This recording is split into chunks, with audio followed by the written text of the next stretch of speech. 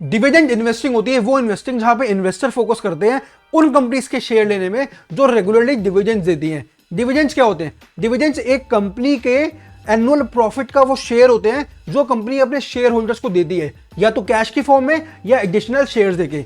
अब dividend paying stocks में invest करके इन्वेस्टर्स को बहुत बेनिफिट है, क्योंकि उनकी एक स्टेडी सोर्स ऑफ इनकम बन गई और शेयर्स भी नहीं बेचने पड़े। आप सोचो ना, अगर मार्केट बियरिश भी है, प्राइस गिर भी रहा है, तब भी उनके पास एक इनकम सोर्स है कि हाँ भाई डिविडेंड तो आएगा।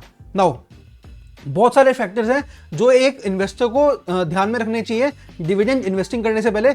सबसे पहले कंपनी की ओवरऑल फाइनेंशियल हेल्थ क्या है, कंपनी की डिविडेंड हिस्ट्री क्या है कि ओवरऑल डिविडेंड्स किस तरीके से देती आई है, एंड उसकी पे आउट रेशो क्या है कि कितना रेशो वो दे रहे हैं अपने प्रॉफिट्स का। नाउ सबसे इंपॉर्टेंट चीज है जो इन्वेस्टर्स को ध्यान रखनी चाहिए वो है यील्ड, कि कितना उसकी यील्ड है। एनुअल जो उसकी डिविडेंड की पेमेंट है वो उसके अगर स्टॉक प्राइस से डिवाइड करेंगे तो उसकी यील्ड आ जाएगी, तो कितना उसकी डिविडेंड यील्ड है।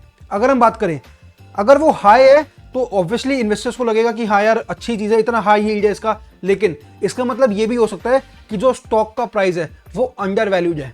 सिंपल है, मान लो कि मैं बिल्कुल ही रैंडम फिगर दे रहा हूँ, 100 रुपये का डिविडेंड पेमेंट है और स्टॉक प्राइस है 50 रुपये, तो यील्ड आएगी 2 रुपये, लेकिन या 2 रुपये मतलब दो यील्ड आएगी। लेकिन अगर स्टॉक प्राइस 25 है तो यील्ड आएगी 4। अब हायर यील्ड अच्छा होता है, लेकिन एकदम से अगर इतनी ज्यादा हाई आ रही है तो इसका मतलब ये भी हो सकता है कि स्टॉक का प्राइस एकदम से टूटा है, तो स्टॉक अंडर वैल्यूड है।